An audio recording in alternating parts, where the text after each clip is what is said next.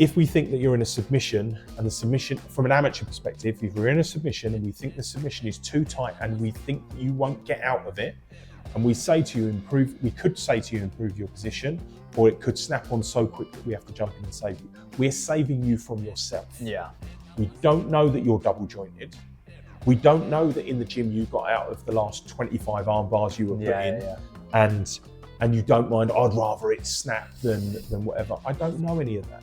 Yeah. What I do know is, as an amateur, you're not getting paid a lot to fight in this.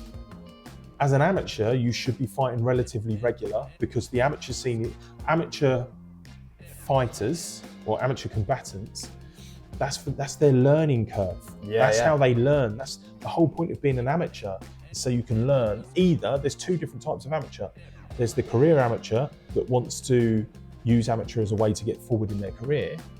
And then there's the social amateur that likes the idea of fighting but doesn't want to go pro. Yeah, I just want to fight. Yeah. And they might fight a couple of, there's also another one that is known as a can, who just turns up, takes money and falls over. But that's the sort of thing. So we're here for your safety, like the referees are there for your safety. As a professional, if you decide not to tap to that armbar, it's probably going to snap.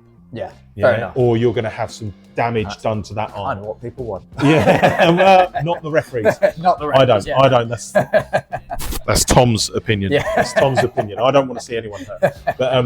But you've got two choices. Like Tim Sylvia, you either tap or your forearm's going to snap. Numerous different fighters over the years.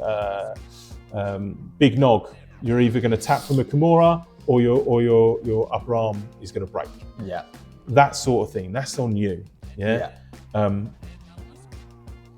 But from an amateur perspective, if we think you're taking too much if we think that the bout is too uneven, we'd even think about stopping it. Yeah. Because, well, what's the point in letting you carry on? So from a K1 perspective, you fought K1, you would have been told in the rules meeting, we always score it we call it K1, hybrid kickboxing, whatever you want to call it.